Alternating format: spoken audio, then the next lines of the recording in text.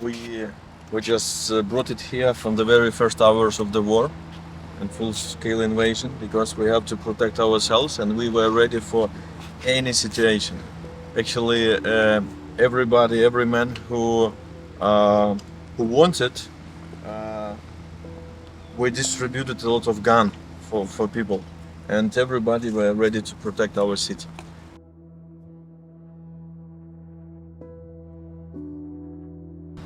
What do you do with your families? You're a mayor Yeah. in Ukraine. I mean, is that a target on your back? Yes, So mayors usually they also like on front lines. Uh, from the very start of invasion, 50 mayors were abducted. 50. 50 mayors were abducted, and we still have no any information about 5 of them. It was a tragedy when I saw how a mayor of the city of Gostomel near the Kyiv was killed during food distribution. He was killed by Russian. So uh, usually Russians, they are terrorists. They just capture your family, your kids, your wife, and say just put your Russian flag on the top of city council, like any town, any city they are just occupy, and we set your family free. When you just say that here we have Russian administration, Russian flag, and so on. So that's why all mayors should send the family support. This monument, the sign means for those who was killed for Ukraine. Actually, when we are speaking about Russia, thousands of people were killed by Russians. So this means we give honor for people who were persecuted, who were oppressed, who were killed by Russia. And we remember this generational connection. From generation to generation, we are fighting for our freedom and for our for conveniences and so on. When was this put up? 30 years ago. Oh wow. Yeah. So you guys put that up 30 years ago. So Yeah. this happened. Yeah. This didn't just happen. This has been This, like every next 50 years, Russia trying to make oppression on Ukraine. This is not like something unusual. Every 30, 50, 70 years. Yeah. Russia many times launched missiles on our city. We were bombed by many times. They were trying to leave us without any connection, TV and radio. They destroyed our TV and radio station and tower. They killed 21 National Guard soldiers at once. They destroyed our electricity station, and we had many troubles living without electricity. Can you imagine to live with a schedule? You have just 2 or 4 hours of electricity, access to electricity, just 4 hours per day. And people were trying like, okay, now is my schedule in my area, in my region, in my district, in the city, we will have electricity. So I have to prepare some food, I have to prepare something, I have to wash my clothes, to boil water and so on.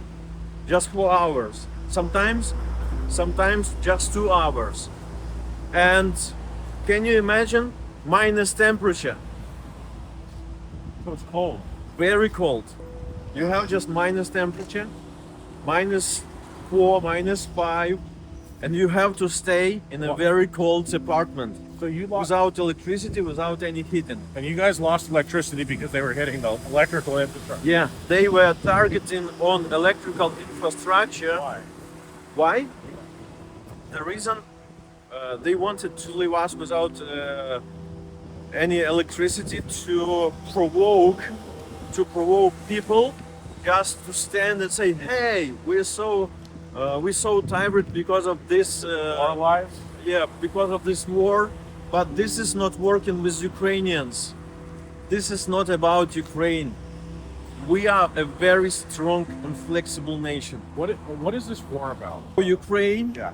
this is a war for freedom, for values, and for our independence. Russia trying to oppress us and trying to make Ukraine as its own part. Every time, every next couple years, they're trying to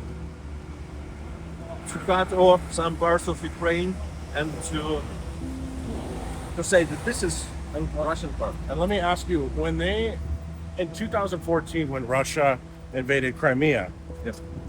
Ukraine really didn't do much, right? They kind of let it happen, right? What's different from then to now? What has changed? In 2014, probably we didn't have such a strong army. Actually, the former president Yanukovych, he was a guy appointed by Russia, actually. Talk about that. Russia has a lot of political figures in Ukraine. Is that They just bought him for a lot of money. okay? And actually, step by step, he was the guy who actually almost destroyed the system of defense, our armed force, and so on. So, So in it's like sabotage within. 2014, we were very weak. Okay. But anyway, we could prevail and we could fight and we could stop this. In 2014, the battlefield was just east of Ukraine and to Donetsk and Luhansk regions. But now there are no any safe place in the whole country where you can hide yourself and say this is a peaceful part of Ukraine. So, as a city, we are paying a very high price. By this moment, we already have more than 170 fallen soldiers In your city. in my city. More than 170 soldiers. And you will see now how Ukrainians given an honor for the heroes. Those who put their life as a sacrifice for independence sake, they are heroes. We bow down our knees before heroes.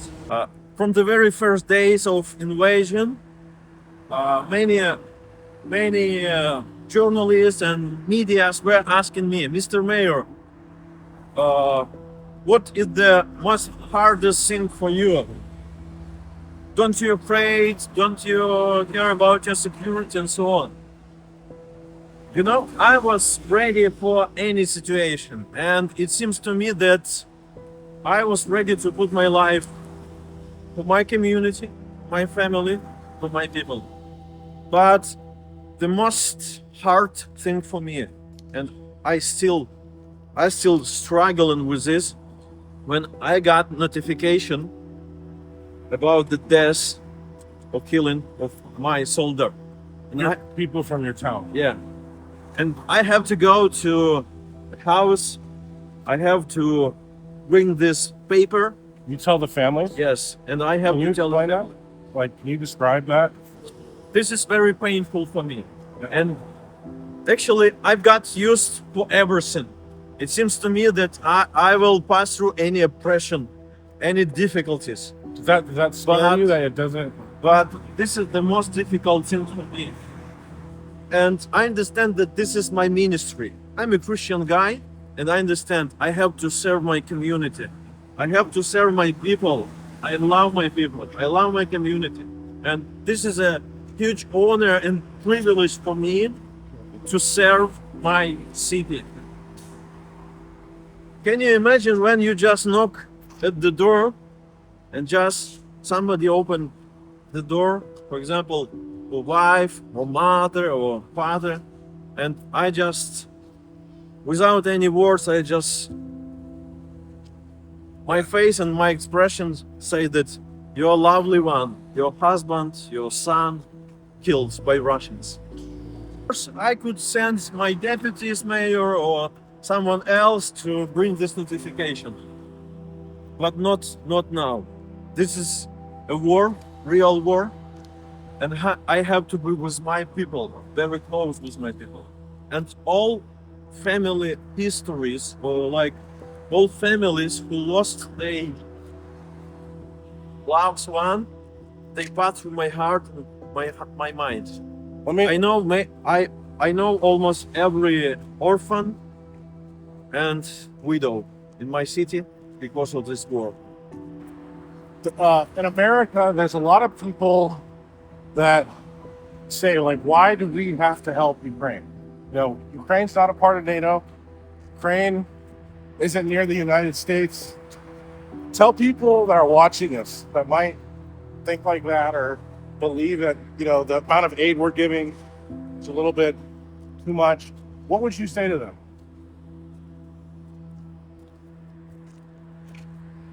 Ukrainians are fighting not only for our own land, for our own country. We are fighting for you as well, guys. We are fighting for democratic values. We are fighting for peace. We are fighting for not only our independence. We have to stop Putin once and forever. If we not stop Putin, he will go further, further and further. He will go to Poland, to Baltic countries. He will be a huge threat for you, for your country as well. He will keep terrorizing all the rest world. And this is historical moment for us, for Ukrainians. For example, we are ready to keep paying a very high price. Yeah, many countries paying a lot of prices. Like somebody just help us with a gun, somebody help us with some military stuff. We don't need your troops. We don't need your soldiers. You don't want Don't send it to us. We are ready to keep fighting by ourselves, but we need your help. We just need gun, we need tanks, and we need aircrafts, like military jets. And we will be able to defend our country, and we will defend European borders as well. Yeah, you also paying a very high price, but Ukrainians paying so huge price, the lives, human lives. By this moment, we already lost many kids, many women, many elderly people. We have so many innocent victims of the war. This is so hard. We cannot compare even what price pay some, for example, some European countries and what price paying we are right now. People who come here and see from the ground, people who come here to Ukraine and see from the ground what's going on, they just like open the eyes and wow, I'm kind of shocked. And many people admire now about Ukrainians, how Ukrainians keep fighting and standing. Let me ask you this. If you could say one thing to Vladimir Putin right now, if he could watch this, what would you say to him? Anything. This is a very hard question for me.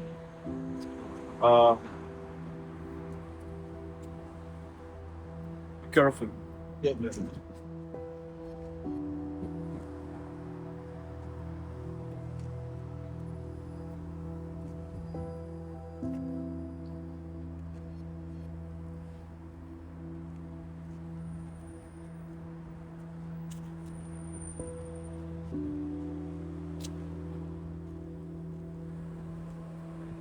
I don't know. Actually, I even don't know if he deserves any forgiveness. He doesn't deserve any forgiveness. No. Yeah. He doesn't deserve any forgiveness. Is there anything that you would say to the Russian people? Just Like Russian citizens, that might watch this, people in America that are Russian, Yeah. Repent. Ask about forgiveness. Pay reparation. Pay some contribution. And maybe sometime, somewhere, we will forgive you. Right now, we are just coming to downtown of my city. this is the town square. Yes, this is a town square where people given respect and honor for the fallen soldiers. Today we have two of them. Actually, almost every day. Can you imagine? In this place we have such gathering. People just given respect and honor for the fallen soldiers. People know that almost every day at 10 a.m. we have such meetings. These are normal people of your town that Just just love. normal people. We don't invite them. They don't need any specific invitation. People come here by their own heart to give honor and respect for fallen soldiers. Ukraine is a capital of a great people. Ukraine is a brave country. Ukraine, the freedom has a name. Ukraine. Freedom has a name. Ukraine.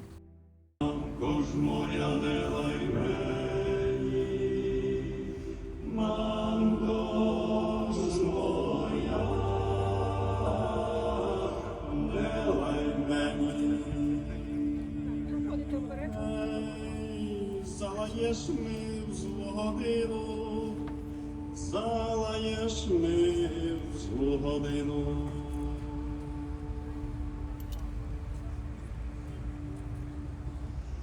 Сам не знаю, де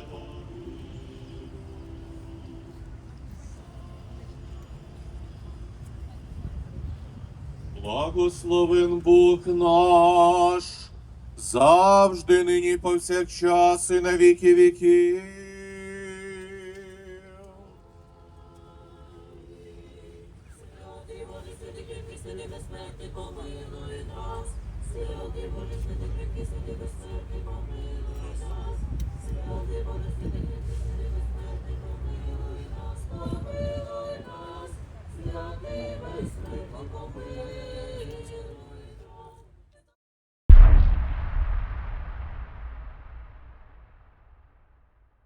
А мы построили блокпост, потом нам дали железяки, и мы обгородили. Why does he want to be in the military? Чому ти хочеш стати військовим? Захищати землю. To protect our land. Да. Ukrainian land. What about you? А ти? Тоже военный. I want to become a military man as well. How old are they? Скільки їм років? Это 11, 12 и Насте 10 было. Вот Настя убежала, наверное. 11, 12, and Nastya, the girl, she's 10. This. Oh. Yeah, you know, she's very grateful to people who evacuated them. And she also mentions that while she was still there, unfortunately, it is a thing, but there are, in the territories, there are at the front lines, there are certain people who are unfortunately like Russia loyalists, and they wouldn't mind. Those are typically very vulnerable people, but they wouldn't mind Russia to come. So she was getting threats from some of her, of her neighbors who were like, oh, so you have these kids. So when the new rule comes in. Does her children, do her children know that? Ваші діти знали, що хтось із сусідів, хтось із людей поруч говорив таке? She says the Ukrainian military would, when they would pass by them, they would kneel in front of these kids and they would say that these are our talismans. Like each evening they would, the small pictures that you've seen, the kids would draw these like little cards and would put little poems and say good wishes to the Ukrainian military. So the Ukrainian soldiers, they would take these little drawings and they would put behind their coats and say, this is our talisman. А можно тогда сами не подарить? Да, хорошо. Подарить ребятам. You're going to be getting some cards. Wow. Oh. Дякую. Thank you. Ну все, давай это. Ой, мені теж. Клас. І нам теж. It says glory to Ukraine. Wow. Thank you. Thank you. Is that his jacket? Это солдат снял с себя, подъехал, снял с себя, подарил. А вот эти шаблоны постоянно кто-нибудь останавливает. Саша цеплял на себя. Это говорит, это моя награда. Is it? No, the jacket was from one of the Ukrainian military who took it off himself and left it to the boys. Did they put it on? They share it. They share it, yeah. And Did they wear it? Can I see him put it on? може хтось із хлопців вдягти його на себе? Yeah. I didn't get that. And the patches were like tokens, gifts left by the military. They would pass and leave a patch of themselves. And so the boys would like stick it on themselves and be like, these are my awards. Wow. Вот еще шапку они подарили. And they also got a balaclava. Я все попривозила. Только автоматы не привезла, потому что некуда было одевать. Попадали. Yeah, too many. Дивіться, прапор впав, ви що?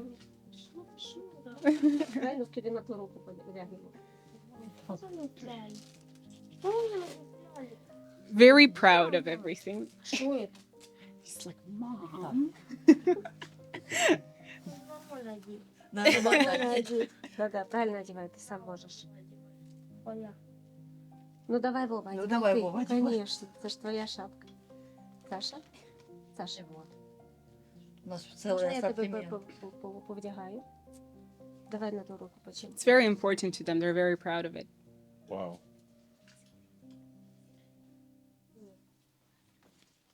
And you're proud as a mother. Like, what does he love about you? Let's ask him. Хлопці таке складне питання намагаються запитати. Питає, а що ти любиш про свою країну? Що ти в Україні любиш? Вона тобі дорога як країна? Да. Says, yeah. А що ти любиш в Україні? Все. Everything. Everything. He loves everything about Ukraine. Може, щось конкретніше? Doesn't know, a little bit camera shy. It's okay. Нічого. It's okay. What about you? What do you love about Ukraine? А ти? Тоже. Everything as well. The mom was also saying that it was actually like kids' initiative to get like so super duper involved and to start, collecting the patches and doing the little cards and the blog post, the roadblock. It was all about the kids. She was patching up and stitching the uniform for the military, so she was also kind of involved. But the kids were very enthusiastic. The kids were like, "Mom, we're gonna help you." How many kids does she have? А скільки у вас, в принципі, дітей? 6. 6 kids. There's 6 5 kids. мальчиков, How- 1 девочка. 5 boys and 1 girl. So she has 6 kids and she's living in an all-out war zone. How do you keep your kids together, strong, sane? How do you do that? If you get depressed, if you get upset, then Ukraine's not gonna win, she says.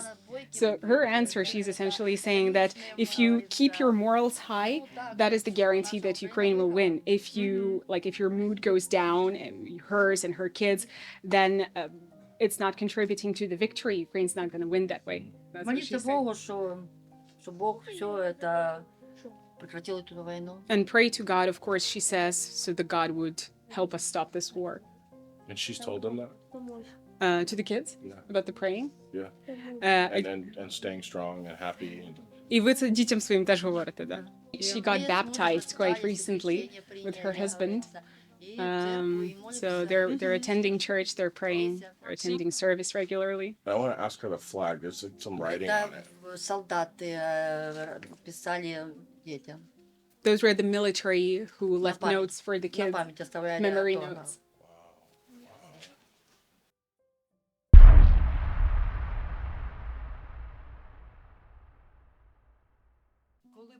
When the children just arrive, they're usually in a very difficult emotional condition, so it's very tough for them to express anything. So she uses this technique of like scribbles, where they just draw nothing and something for like over and over for 10 minutes. So the kids, and afterwards, she asks the kids to see are there any hidden symbols or signs in there.